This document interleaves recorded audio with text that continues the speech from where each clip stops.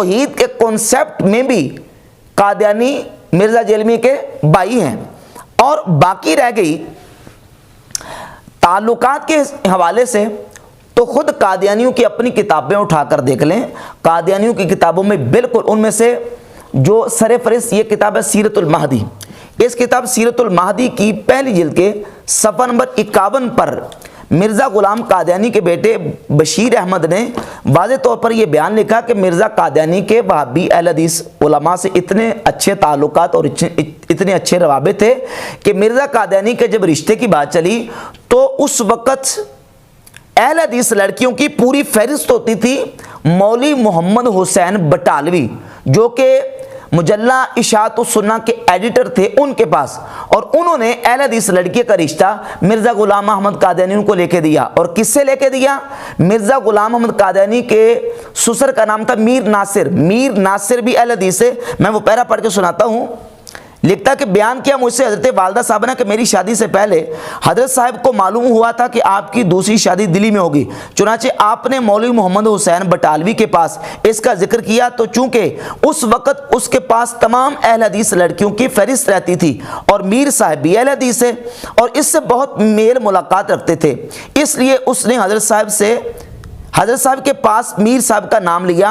आपने मीर साहब को लिखा। शुरू में मीर साहब ने इस तजवीज़ को बवजह तफावत उम्र नापसंद किया, मगर आखिर रजामंद हो गए और फिर हज़रत साहब मुझे बयाने दिल्ली गए। आपके साथ शेख अहमद अली और लाला मुलावा भी थे। निकाह मौलवी नज़ीर हुसैन ने पढ़ाया।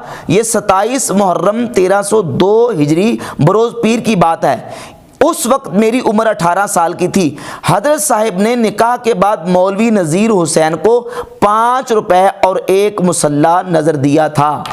मौलवी नज़ीर हुसैन देलवी भी वहाबियों के बहुत बड़े आलिम, जिनका फतावा नज़ीरिया 3 जिल्दों में छपा। इसी तरह मौलवी मोहम्मद हसन बटालवी भी ये अहल हदीस वहाबियों के बहुत बड़े आलिम थे, जिनका तारुफ करवाते हुए अब्दुल मजीद खादिम सोदरवी ने अपनी किताब सीरत सनाई के सफ़ा नंबर 452 पे लिखा है कि आपका वतन बटाला था, मौलवी मोहम्मद हसन बटालवी का, मगर क़याम ज़्यादातर लाहौर ही में रहा।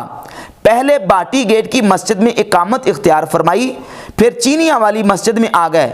लाहौर में 8 तरावी की तरवीज आप ही से हुई।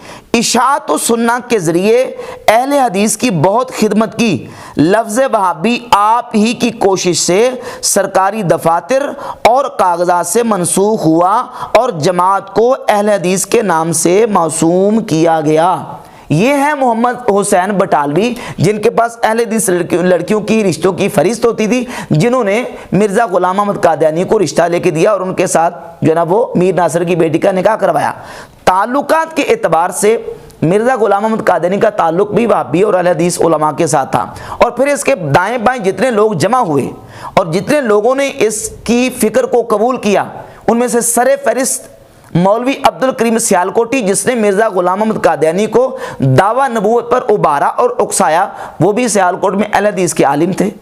इसी तरीके से मौलवी बुरहानुद्दीन जेलम से वहाबियों के अहले हदीस जिनको कहते हैं, वो बाकायदा से अपने साथियों समेत मिर्ज़ा ग़ुलाम अहमद कादियानी के पास जाके गए और मिर्ज़ा ग़ुलाम अहमद कादियानी की फ़िक्र को तस्लीम कर लिया। और दीगर जो उलमा गैर मुक़ल्लिदीन और वहाबियों के, उनके भी मिर्ज़ा ग़ुलाम अहमद कादियानी के साथ अच्छे मरासिम और ताल्लुकात थे। और ख़ुद वहाबी उलमा ने अपनी किताबों में मिर्ज़ा ग़ुलाम अहमद कादियानी के मज़हब के हवाले से लिखा है। यह किताब तहरीक आज़ादी फ़िक्र, जमीयत अहले हदीस के साबिका अमीर इस्माइल सल्फ़ी अपनी किताब के सफ़ा 188 पे लिखते हैं कि मिर्ज़ा ग़ुलाम अहमद कादियानी अपने आप को बरेलवी हनफी ज़ाहिर करते थे, लेकिन हकीकत में वो हनफी भी ना थे। अहले हदीस तो क्या होते? अलबत्ता गैर मुक़ल्लिद हो सकते हैं। क्या हो सकते हैं? गैर मुक़ल्लिद हो सकते हैं, क्योंकि वो ना फ़िक़्ह हनफी के पाबंद थे, ना वो सहाबा और ताबईन आइमा सलफ़ की रवश पर चलना पसंद करते हैं।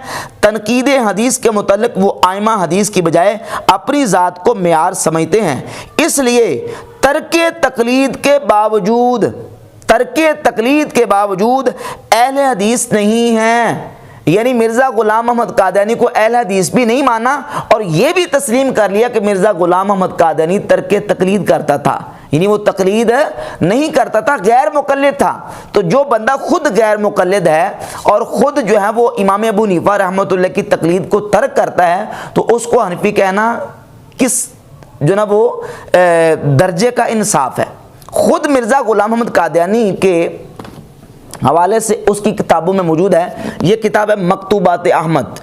मिर्ज़ा ग़ुलाम अहमद कादियानी के मकतूबात जो उसने लिखे हैं, इसमें सफ़ा नंबर 56 पर मिर्ज़ा ग़ुलाम अहमद कादियानी ने खुद मिर्ज़ा नूरुद्दीन बेरवी, जो कि मिर्ज़ा ग़ुलाम अहमद कादियानी का पहला खलीफा उसके मरने के बाद बना, उसको ख़त लिखा है सफ़ा 56 पर कि मेरी निस्बत वो खूब जानते थे, यानी मुंशी अहमद जान वो मेरी निस्बत खूब जानते थे कि ये हनफी तकलीद पर कायम नहीं है।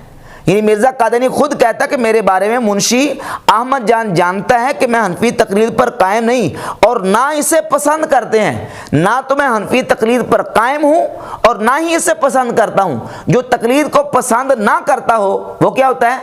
गैर मुकल्लिद। तो मिर्ज़ा कादियानी गैर मुकल्लिद था, उसका इमाम अबू हनीफा रहमतुल्लाह की तकलीद के साथ कोई ताल्लुक नहीं था। और सफ़ा 55 पर खुद मिर्ज़ा ने नूरुद्दीन बेरवी को इस्लाह देते हुए कहा, क्योंकि नूरुद्दीन बेरवी के लिए उसने रिश्ते का इंतज़ाम किया था, तो जिस शख्स ने रिश्ते की हाँ की उसने कहा कि मैं तो अपनी बच्ची का रिश्ता करूँगा हनफी के साथ, गैर मुकल्लिद के साथ नहीं कर सकता। तो उसको मिर्ज़ा कादियानी लिखता है कि इसलिए हनफियत की कैद भी लगा दी। यूँ तो हनीफ मुस्लिमा में सब मुसलमान दाखिल हैं, यानी हनीफ मुस्लिमा जो कुरान मजीद की आयत में है, उस एतबार से सारे चूंकि मुसलमान हनफी हैं, तो इस एतबार से हनफी अगर कह लें तो कोई हर्ज नहीं है। और आगे जाके उसने लिखा कि मैं तकलीद को पसंद नहीं करता। तो ये तो मिर्ज़ा ग़ुलाम अहमद कादियानी का अपना नुक्ता नज़र है। और ये एक हवाला इस सिलसिले में पेश करूँगा, ये है इशाअतुस सुन्ना। मौलवी मोहम्मद हुसैन बटालवी ने जो अपने ज़िंदगी में रसाला शाया किया और इसकी मुख्तलिफ कई जिल्दें, तकरीबन 24 जिल्दों के करीब मेरे पास मौजूद है।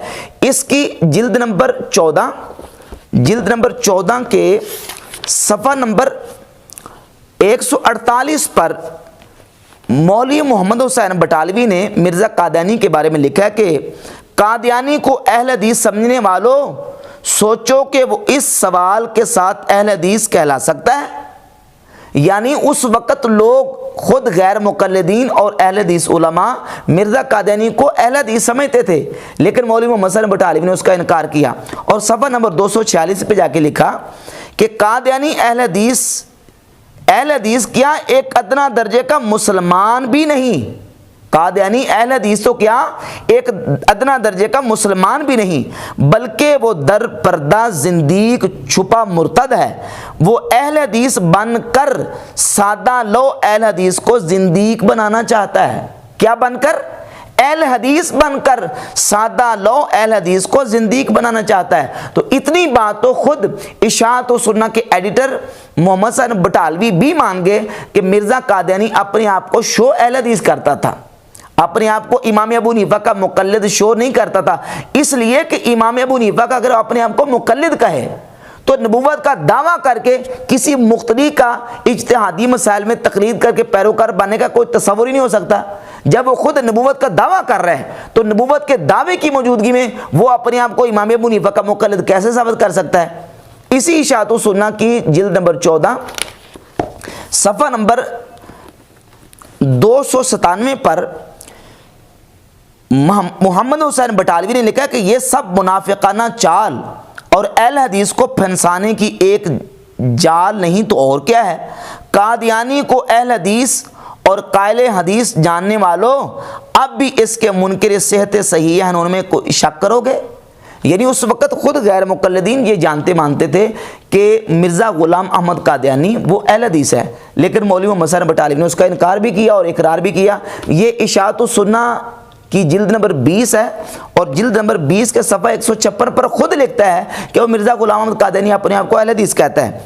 लिखता कादियान के प्रॉफिट ने गो डायरेक्ट बिला वास्ता और बसराहत ये दावा नहीं किया था कि मैं अहले हदीस हूँ, मगर उनके डायरेक्ट बवास्ता मशाहिर जमात खुद और प्रैक्टिकली अमली तौर पर यह साबित कर दिया था कि वो अहले हदीस था।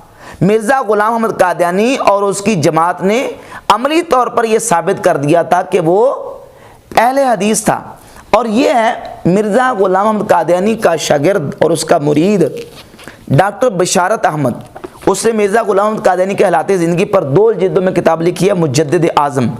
मुजद्दिद आज़म की जिल्द नंबर 2 सफ़ा नंबर 917 पे लिखता है, खुद मिर्ज़ा ग़ुलाम अहमद कादियानी का बयान नकल किया कि याद रखें कि हमारी जमात बनिस्बत अब्दुल्ला के अहले हदीस से अक़रब है। यानी अब्दुल्ला चकड़ालवी की बनिस्बत हमारी जमात कादियानी ये अहले हदीस के ज़्यादा करीब है, और अब्दुल्ला चकड़ालवी के बेहुदा ख्यालात से हमें कुछ भी मुनासबत नहीं। ये सारे हवालाजात बिल्कुल वाज़े तौर पर ये बात साबित करते हैं कि मिर्ज़ा ग़ुलाम अहमद कादियानी का हनफियत के साथ कोई ताल्लुक़ नहीं था। हाँ, अलबत्ता ये है कि वो अपने आप को अहले हदीस ज़रूर शो करता था, और तकलीद तो बिल्कुल उसका कोई तसव्वुर ही नहीं करता था। बल्कि इस हवाले से एक मैं हवाला पेश करूंगा, वो इसलिए कि जो मोहम्मद हुसैन बटालवी है ना, भाभी आलिम, ये अपने आप को हनफी अहले हदीस कहता था। ये है फतावा अहले हदीस। फतावा अहले हदीस की जिल्द नंबर अव्वल और सफ़ा नंबर 108 पे मौलवी अब्दुल्ला रोपड़ी ने लिखा है कि मौलाना मोहम्मद हुसैन बटालवी मरहूम जिस माना से हनफी अहल हदीस कहलाए, इस माना से तकलीद शख्सी की शरई हैसियत कुछ नहीं रहती, क्योंकि अहल हदीस के साथ हनफियत के इजाफा का सिर्फ ये मतलब है कि जो मसला कुरान व हदीस से ना मिले, इसमें अपनी राय से किसी इमाम का कौल ले लेना बेहतर है। और हिंदुस्तान में चूँकि हनफी मज़हब ज़्यादा मुरव्वज है, इसलिए उन्हीं की मुआफ़क़त उनको अनसब मालूम हुई। तो ख़ुद इशाअत सुन्ना के एडिटर मौलवी मोहम्मद हुसैन बटालवी भी अपने आप को हनफी अहल हदीस कहते थे। तो ये सारे दलाइल वाज़े करते हैं कि मिर्ज़ा ग़ुलाम अहमद कादियानी जो ना, वो अकीदे में बिल्कुल वाबी था, और फ़िक़ी मसाइल में वो गैर मुक़ल्लिद था। रफ़ा दैन हो या फ़ातिहा खल्फ़ल इमाम, इन तमाम मसाइल में वो अपना नुक्ता नज़र और मौक़िफ़ जो है वो अपने नज़रिए और अकीदे के मुताबिक रखता था, इमाम अबू हनीफ़ा की तक़लीद में नहीं। यही वजह है कि ये सीरतुल महदी के पहली जिल्द के सफ़ा नंबर 147 पर यह बात वाज़े तौर पर लिखी है मिर्ज़ा के बेटे ने कि हम अहमदियों में हज़रत साहब के ज़माना में भी और आपके बाद भी ये तरीक़ अमल रहा है कि इन बातों में कोई एक दूसरे पर गिरफ्त नहीं करता। बाज़ आमीन बिल जहर कहते हैं, बाज़ नहीं कहते, यानी ऊंची आमीन। बाज़ रफ़ा यदैन करते हैं, अक्सर नहीं करते। बाज़ बिस्मिल्लाह बिल जहर पढ़ते हैं, अक्सर नहीं पढ़ते। और हज़रत साहब फरमाते थे, यानी मिर्ज़ा कादियानी, कि दरअसल ये तमाम तरीक़ हज़रत सल्लल्लाहु अलैहि वसल्लम से साबित हैं। तो वो मिर्ज़ा ग़ुलाम अहमद कादियानी के बयान के मुताबिक रफ़ाइदन करते भी थे, नहीं भी करते, ऊंची आमीन कहते भी, नहीं भी कहते। और बाकी रह गई फ़ातिहा खल्फ़ल इमाम। तो फ़ातिहा खल्फ़ल इमाम यानी इमाम के पीछे सूरत फ़ातिहा पढ़ने के मसले पर मिर्ज़ा ग़ुलाम अहमद कादियानी बाकायदा से अपने मुरीदों को और अपने मानने वालों को बाकायदा इसकी तरगीब देता था कि तुमने इमाम के पीछे सूरत फ़ातिहा पढ़नी है। इसी किताब के सफ़ा नंबर 564 पे मौजूद है कि खाकसार अर्ज़ करता है कि फ़ातिहा खल्फ़ल इमाम वाली बात तो हज़रत साहिब से मुतवातिर साबित है, यानी इमाम के पीछे फ़ातिहा पढ़ने वाली बात जो है वो मिर्ज़ा कादियानी से मुतवातिरन साबित है कि वो इसकी तरगीब देता था। अब यहाँ मिर्ज़ा जेलमी ये कहता है कि वो बाकी रफ़ाइदान नहीं करता था, फ़ातिहा खल्फ़ल इमाम पढ़ता था, सिर्फ उसमें हनफियों से उसका तफर्रुद था। भाई हनफियों के साथ तफर्रुद क्यों था? इसलिए कि वो हनफी था ही नहीं, वो अपने ज़हन के मुताबिक अमल करता था। इसी तरह वो रफ़ाइदैन के मसले में भी अपना जो नज़रिया है वो अपने ज़हन के मुताबिक अमल करता था। अच्छा, इस सिलसिले में मिर्ज़ा जेलमी ने एक हवाला मुजद्दिद अल-अफ़सानी रहमतुल्लाह के हवाले से पेश किया।